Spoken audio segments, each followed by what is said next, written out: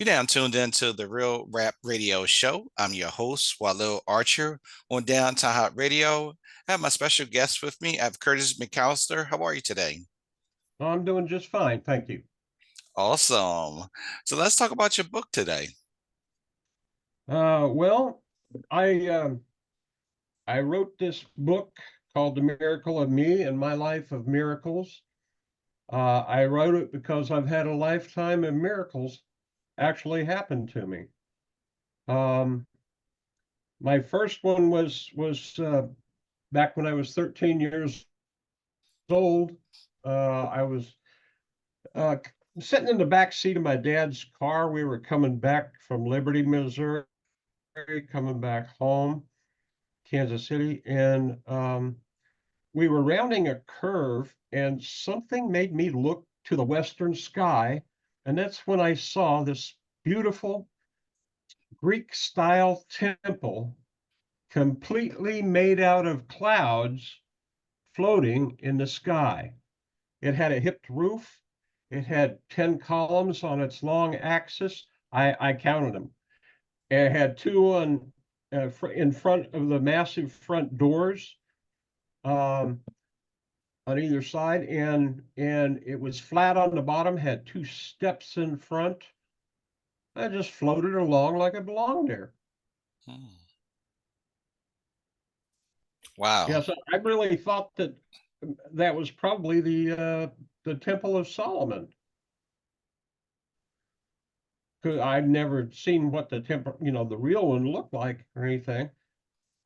But that's how I believe that Father God likes to go around checking on the things that He's made.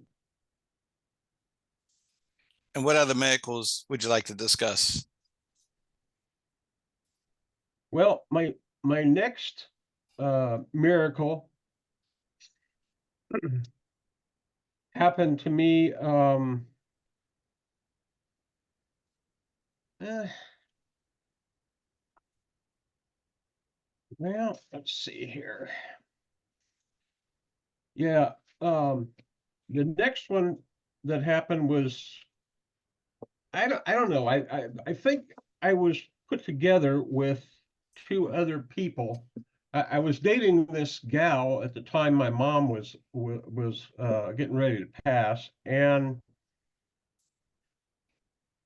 she was a nurse at the hospital. And a friend of mine asked me if I'd date this gal. I said, sure, why not?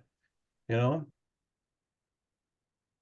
and she had a roommate, and both her and her roommate were roommate's dad, both of their dads, plus my mom, were dying of cancer, Hmm. and at the same time, and my mom passed a few days later, but and after the funeral, my roommates, I mean my girlfriend's dad passed.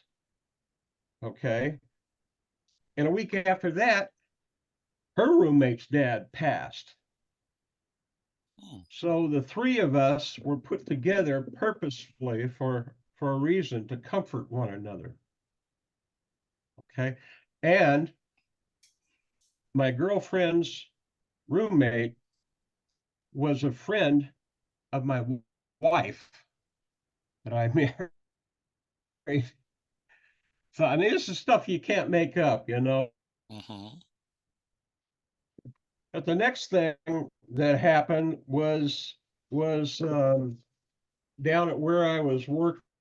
I was working for W.W. Granger at the time, and um, I had just picked up an order from the order desk, and I had to get on my forklift and go to the end of the aisle and go to another aisle further down.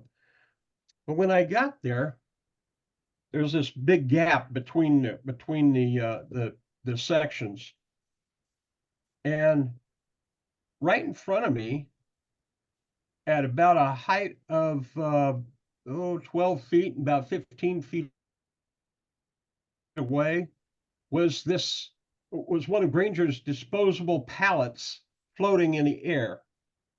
but it was like smoke. It was see-through. You could see objects on the other side. And this pallet had a lightning bolt surrounding it, and it was pulsing in and out, in and out, in and out, constantly. Well, first thing I did was, if there was anybody around me, there was not a soul in sight, even in receiving, which is right next to our order desk. All those docks and everything, and not a single soul there either. So I put my hand up in front of my eye to see if the object was still there, if it was being sent to my head. Well, it blocked it.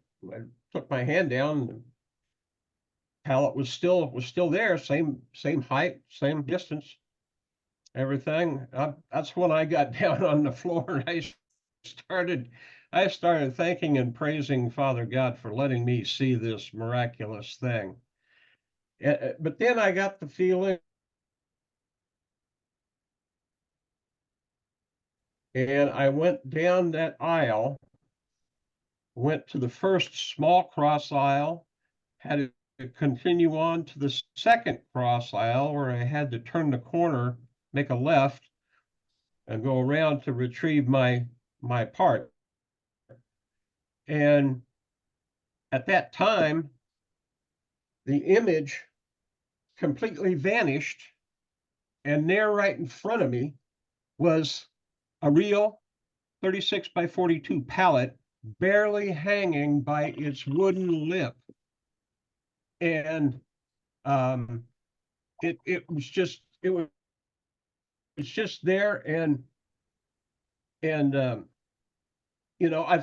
thought, oh my God, that thing's going to fall and hit somebody.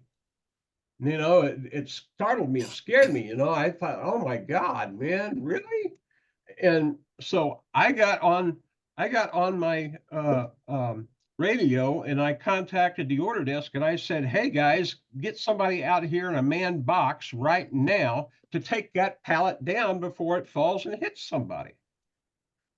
So that was really awesome. That was hard to believe, that I was the only one there. And I couldn't do anything, myself until somebody had got out there, with the box, because like I said, it could have hit somebody. And I I thought, oh my God, oh man, this is really something. But then the next thing that happened to me was, a few years later, I went to the Barnes and Noble store in 2014 during Christmas break, and to get a book that I was after. And as I was riding the escalator up, I happened to hear this girl's voice. It was very loud. She was being kind of obnoxious. She just kept raising her voice, every single word, and I was wondering what the heck is going on up there. So anyway,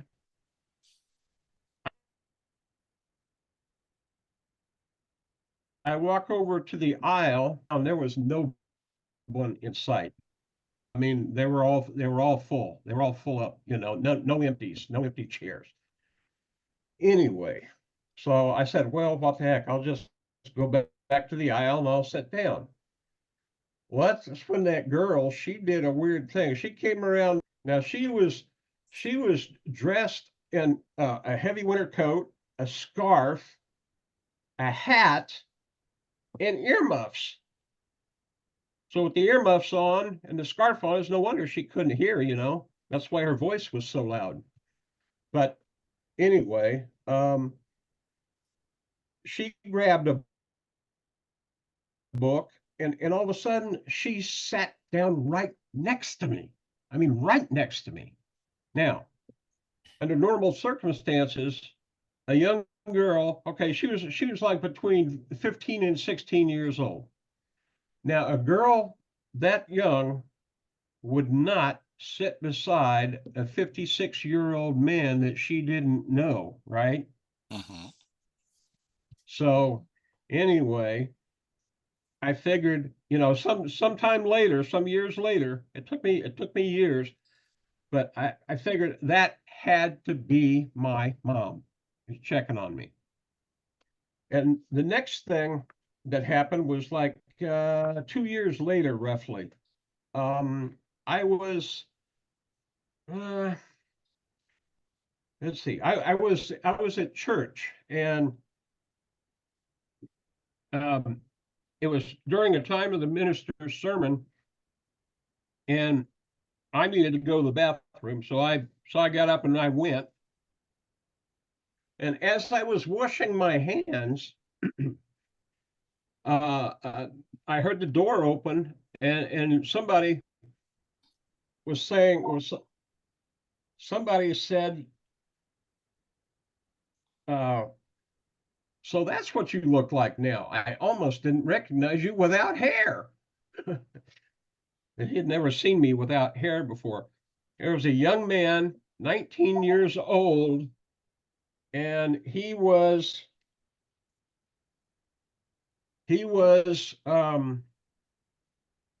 well, he had light blue shirt, dark blue slacks. He had white hair, very white hair. And as I looked at him, I saw a reflection of him in the mirror, and I was wondering, why in the heck is it so bright around his head? And so anyway, I excused myself. I went back into the sanctuary, and just as I was sitting down, I thought, "Oh my God, that's Dad." Hmm. Dad passed in '07, and this was like 2016. And Dad told me that he had white hair before he turned 21. And he also told me, well, I also noticed that his clothing seemed very familiar for some reason. And I started putting two and two together. My God, those were the clothes he was buried in. So you see, that was my dad coming back to check on me and everything. Mom came first, and then Dad. And man, that was really something. That was really awesome to me. Very, very personally moving. I had asked Dad for help before that because I was going through a really rough time. I was really nervous and upset about something or whatever, and he came back to give me some reassurance and everything. He never really said anything, but just seeing him there and everything, I thought, my God, oh wow. And now him and Mom were both real. They were flesh and blood. Okay, they had bodies. They weren't see-through. They weren't a ghost.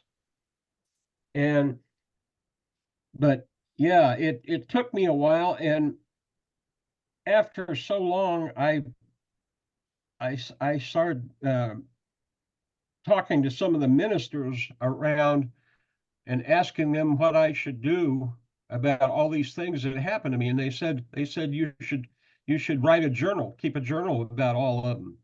That's what I did. I kept a journal, and after so long, I thought maybe these things might have enough stuff here, enough information to write a book about, and that's what I did. The book is And go ahead. the, the book is very short. It's only like 33 pages. Okay. And what do you want the readers to walk away from reading your book? I want them to know and understand that